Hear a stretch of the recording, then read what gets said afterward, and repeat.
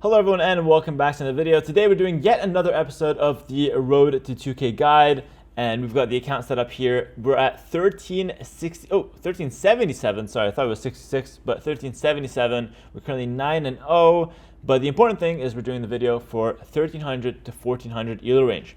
I will be, as always in the series, increasing my level of play as I climb ELO. At the very start, I was playing very low level, very basic, really just focusing on the absolute essentials. However, as we climb and now getting to 1400 ELO, I'm going to start adding a little bit of flair, a little bit of micro, and a little bit of sharpness to my game to show you guys just how much potential our early rushes can do. I'm going to go random and hop right in. Also, we're streaming on Twitch. If you guys are on YouTube, check us out. Link in the description. Come to my Twitch stream. I'm live streaming. It's my full-time job, and I love doing it. Welcome YouTube to the best streamer on Twitch. There you go. On time. I did not pay this guy to say that, by the way. He actually paid me to say that, which is kind of a great business model on Twitch. Thank you so much. It's ultimate for that. I appreciate it. Great ad. Welcome to the Twitch stream, and let's get into the guide here. So, we're going to go ahead and do the standard 6 on food and scout with some sheep a little bit here as well. I already talked about sheep scouting in the last couple games. Opponent saying hi. I know this guy from the chat, so I know he knows it's me. Hi. Throw him a heart. It's good sportsmanship. Why not? And okay. So yeah, so pretty much just going to go ahead and sheep scout like normal. Do the standard build with 6 on sheep, 3 to wood. We are Bengalis. We're Bengalis, we're up against Persians. My second chance. I played this guy before? Oh, I don't remember. Did we? Maybe. But yeah, so we're going to go ahead and, just scout around. And we're Bengalis versus Persians. Now, Bengalis are a little bit of an awkward civ to play. But just thinking about the matchup a little bit here, if I play scouts, I don't have knights to get into, so that doesn't sound too appealing. And I can't really even go light cap because my opponent has camels and strong cavalry. So I think I'm kind of just forced to play archers or something a bit different, like some monk rushing and maybe some Ratha, some unique unit. And to be honest, I don't really want to showcase a monk rush at this level right now. I don't think it's something that you need to really worry about. But what I'm going to do is simply go for an archer rush into crossbows. I believe that's what we're going to showcase. Showcase. But you know what? I'm going to make it a little bit more interesting. Because I already showcased the archer into crossbow build, I'm going to showcase the scout into archer build. This is a little bit of a higher level build, and it's harder to do because it's more involved in the feudal age. But the benefits of it is that you get the benefits of the scout rush. Also, I decided I'm going to introduce the pro way of luring boars, which is to garrison 6 fills, hit the boar twice, and then ungarrison on the boar. Like I said, we're getting to 1400 ELO range, guys. We're no longer beginners. We're no longer average players. We got to start implementing tricks like that. If you don't know how to do that, don't worry. It's just a little bit more efficient to do it like this. But if you still don't know how to do that, don't worry about it. All right, we'll continue with the build order here. Just wanted to quickly mention that. So the point of the scouts into archer build, you get the benefits of both worlds. Scout benefit, meaning that you're going to get a stable right away, and you're going to get some scouts right off the bat, gain initiative, attack your opponent fast, gain mobility, that kind of stuff. What are the benefits of the archer rush? Benefit of the archer rush is that you get a really strong power spike in early castle age. When it comes to, don't kill her. Nice. When it comes to, excuse me, a lot of things going on here. When it comes to getting the crossbows and attacking your opponents, the crossbow spike is pretty much the fastest way to put a lot of pressure in castle age. And so we're looking to get the scout power spike in feudal and the crossbow power spike in castle age with this build. You know the FS project? I do not. And I will focus on, I don't know if this is some advertisement from him, but I will focus on the guide here. It's already getting a little too hectic for me. So we're going to go ahead and do a standard scout rush, 20 pop-up with the Bengalis. Now, the idea with the Bengalis is we get an extra 2 bills in feudal. This is a great economy bonus, but it doesn't come in right away. It's not like the Ethiopian bonus that kicks in immediately and gives you a strong power spike at the start of feudal age. This is more similar to an overtime bonus, like the Celts gathering more resources or lumberjacks working faster. It gathers more resources over time, and it's something that will help the longer the game goes.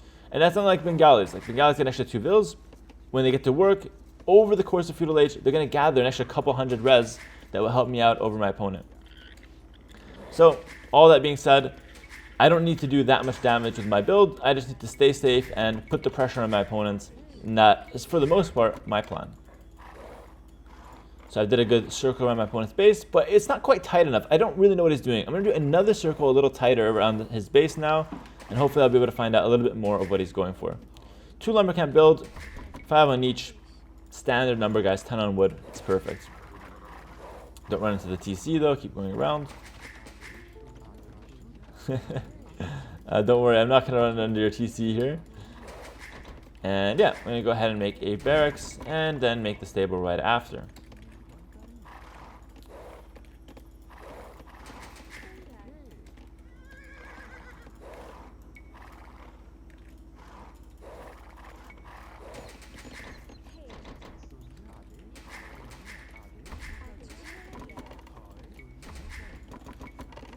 I don't know if I was missing sheep or not, but that ran out a little too early. It usually runs out a little later, so I'm kind of confused as to why that happened. I might have missed a couple sheep. I'm not sure. But either way, he's up a little bit quicker than me. I'm probably going to get housed here as well, so things are kind of falling apart. I focused a little too much on the wrong things, and typical mistakes. What should we do about it? Nothing crazy. We'll continue with the build. Even if things go wrong, we can't just abandon our whole plan. So even if we got housed a little, it's fine. Just continue going. To defend against this, just hit the villager right away, or hit the scout right away, and get your scout back to defend. And now it's a standard scout build where I'm going for some farms as soon as I can afford them, and I got a horse collar. I'm also going to look to wall up my base. Smart play on the hill. Don't let him get that. You fight for that hill as well. And now we can go for our own scouts and carry on the scout rush. Okay, so a good thing to do now is to also just plan out how I want to wall my map. Seeing this woodland is pretty solid, so let's go ahead and wall this side. Mix of houses and palisade walls, always when it comes to walls. I always mix both. And I got my scouts, I'm going to go ahead and attack my opponent.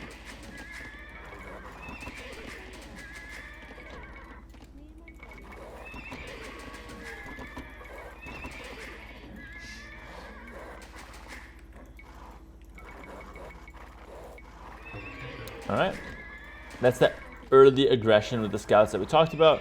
He's walled up his berries, so not much will happen for us. We'll continue farming instead, and continue to just focus on our economy. If we get anything, we'll look for it. Good job on the walls. Well done to the opponent there. Nice.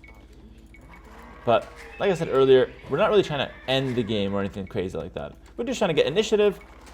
Forcing these walls is actually a good thing for us. We also see he's on a stable. Let's get some defensive spearmen here, especially to protect our walls.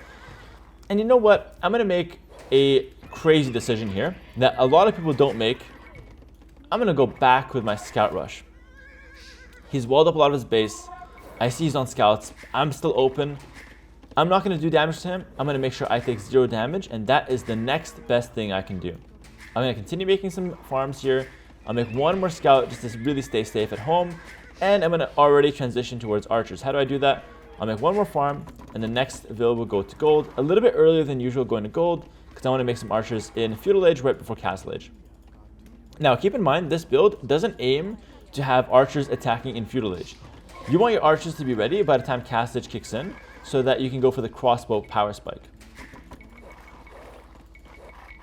I'm going to use my scouts to defend myself. Again, he's pretty walled, so I'm going to go ahead and just defend myself until I'm walled. That way, neither of us take damage. And as long as neither of us take damage, it's not what I'm looking for. I want him to take damage and me to take no damage. That's like the best thing to get. But if I can't do that, I'm going to make sure none of us take damage. Okay. I have to re-wall this right away. Notice how I'm already sending a vill to re-wall behind. That way we ensure the scouts never break in. Don't try to repair, by the way. Repairing is a lot less efficient than re-walling. Only repair if you can't re-wall. Walling behind is just so strong.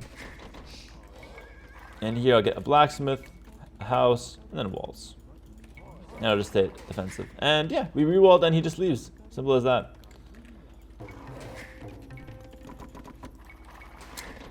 Alright, now as soon as I'm able to afford a range, I'm going to go for it.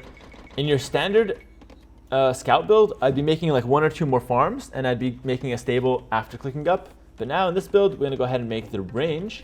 I'm going to go up to 9 on gold, and then I'm going to click up to the next age, and then have 2 ranges archer production. That is the entire plan here.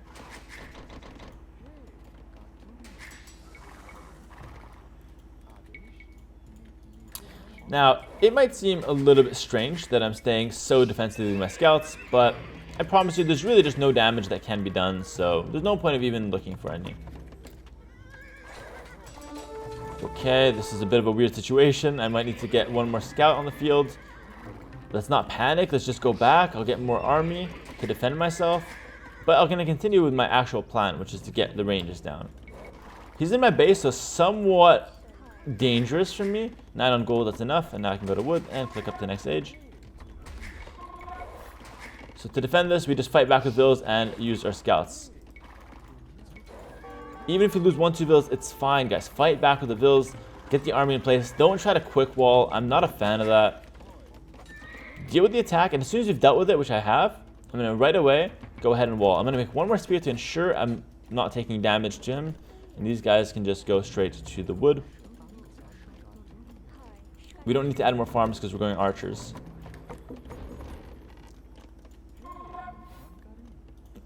Get the spear here.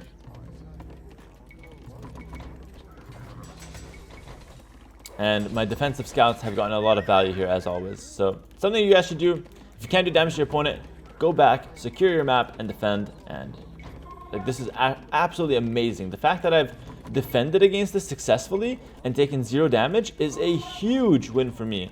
Because now I'm getting up to Castle Age, and I'm in Galleys with an extra 2 villagers over him. Although he is Persian, so he probably has those 2 villas from his bonus, but still, you get what I'm saying. It's the best thing that could have happened to me.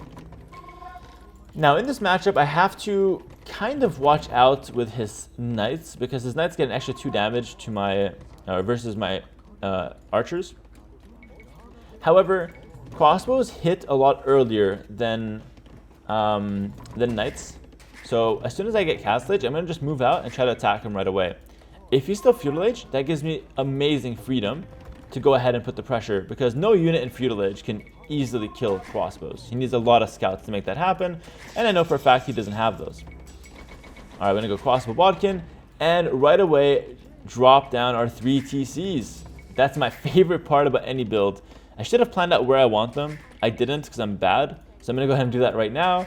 If you also are bad like me and forgot to plan out your TC spots, then just look around, take a second and plan them out. It's important to have good spots for the TCs. So the crossbows will now attack, and he is still Feudal Age, guys. I am going to give him no mercy until he hits Castle Age, and then I will be slightly more cautious. But listen, it takes forever for the knight to come out of the stable. I've got 30 seconds at least of free time near his base. I'm not going to run back right now. I'm going to use that time to kill the farms, kill the villagers, do whatever I can. And if he's open, I'd go in, but he's not.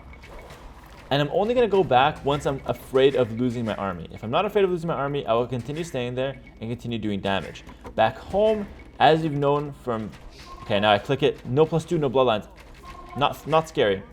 We stay attacking. We reinforce. And we can wall it behind to not die to counterattacks, by the way. And yeah, I'm just going to do what I've shown in all of my guides up until this point, all of my videos, which is just having a good economy behind it.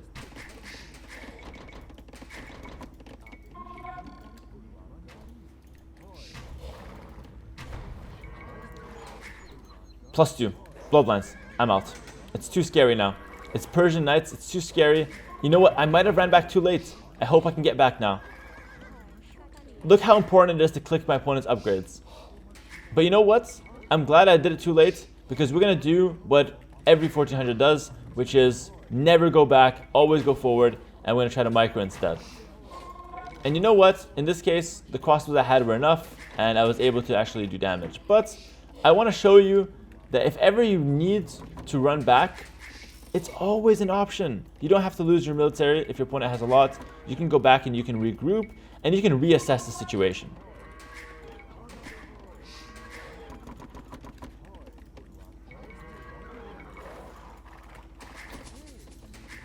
I got housed. The reason I got housed is I didn't have my one houseville, always making houses at the back of my map. I'm going to add him now.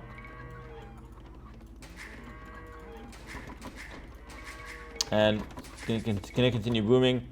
I'm noticing I'm making another mistake. I'm floating some gold here. And I've got a big army, so I'm going to go ahead and attack him again. I regrouped all my crossbows, so now I'm much stronger than I was 2 minutes ago, when I was just with like 10 crossbows from the base. Now I'm coming with 20 crossbows. And I can keep my scouts close by with them as well. My economy isn't great though, so I'm going to have to work on that. Less food. Oh, I didn't patrol. A classic mistake. I didn't patrol. I talked about it last episode, and I paid the price. And I couldn't be more happy seeing that. You could try to micro to salvage the situation, but he's got too many knights here. And I couldn't be more happy seeing that. Now we're in panic mode. We are in plan B. There's a lot of knights on the field, so we're going to go ahead and play some defense here. Right away, we're going to have to re-wall up the gate. It's the most vulnerable area, and we're going to defend behind it with crossbows. This happens to so many people. How do we recover? Well, the way we recover is we play 100% defensive now. I have a good economy because I'm on 3TC, but my opponent's army is so much stronger than mine. So I have to go into counter units now, 100%. My first line of defense is going to be monks. I'm going to make one monastery and defend behind my walls using those monks. I'll continue making some small amount of crossbows because I need something to defend my base. So I'll go crossbows and just sit behind my walls and defend. Wherever he attacks, I'm going to re-wall.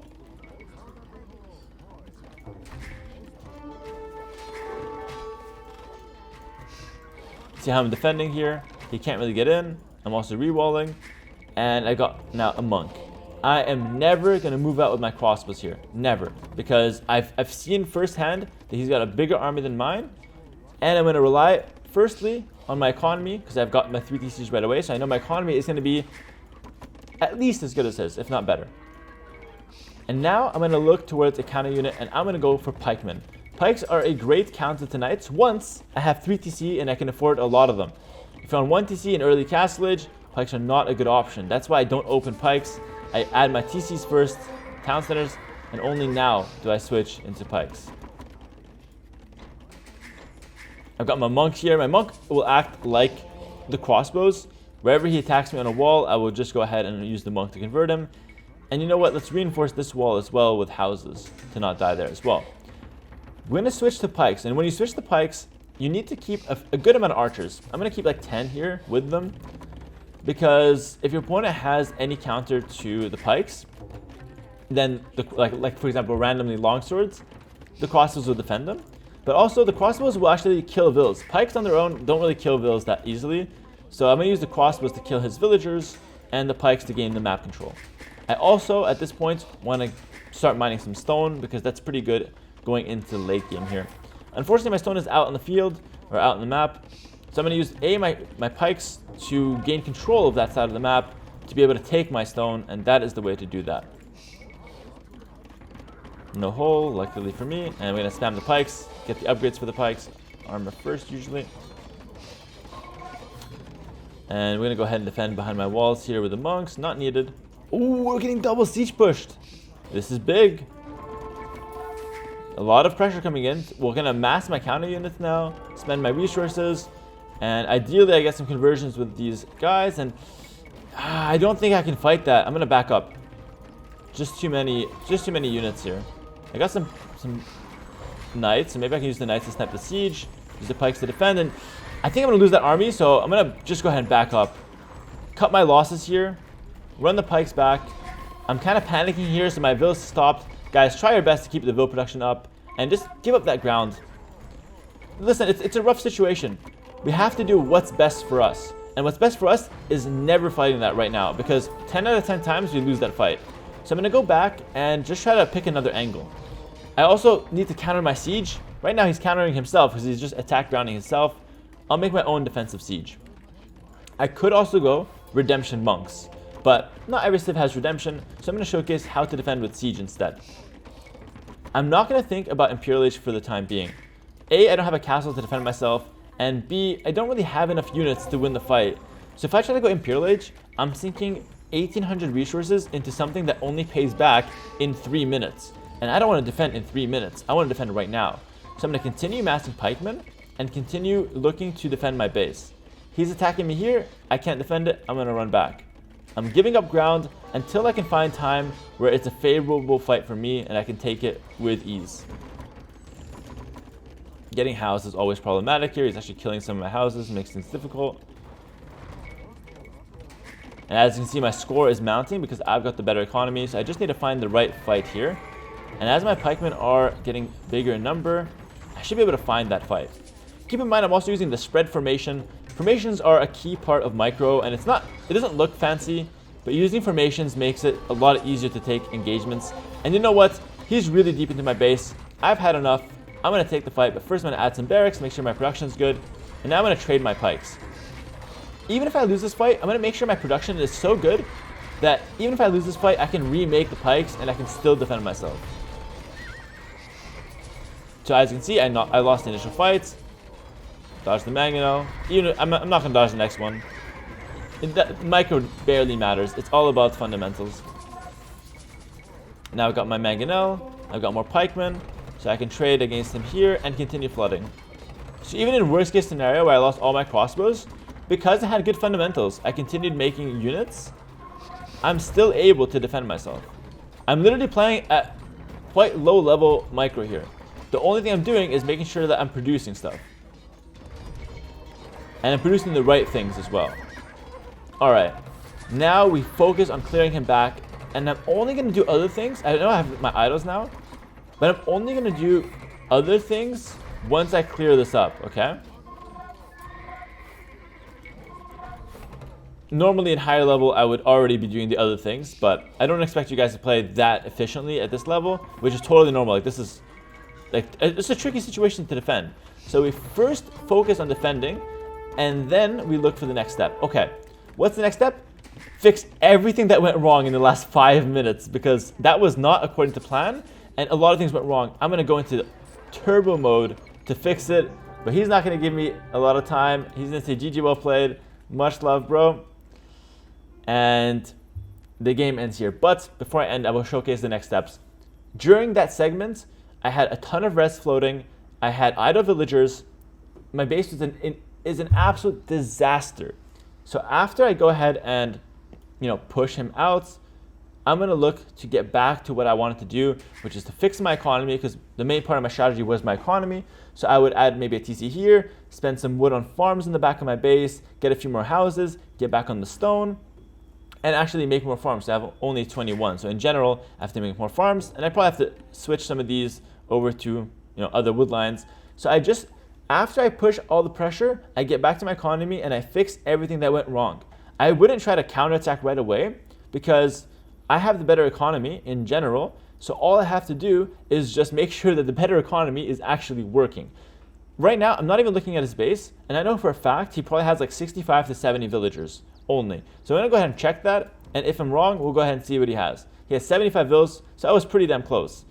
His base is looking like this. It's 1 TC. First, he pushes me, and then he adds extra town centers, which is a good playstyle.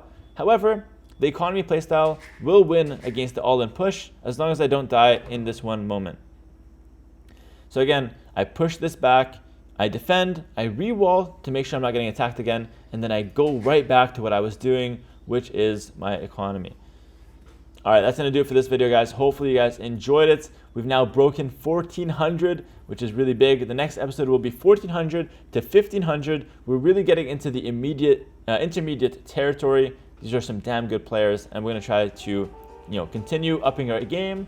And I'm going to try to continue teaching you guys more and more things that will help you on your road to 2K. Thanks for watching the video. Make sure to like, comment, subscribe if you want to help support the channel. And I'll see you guys in the next one. Peace.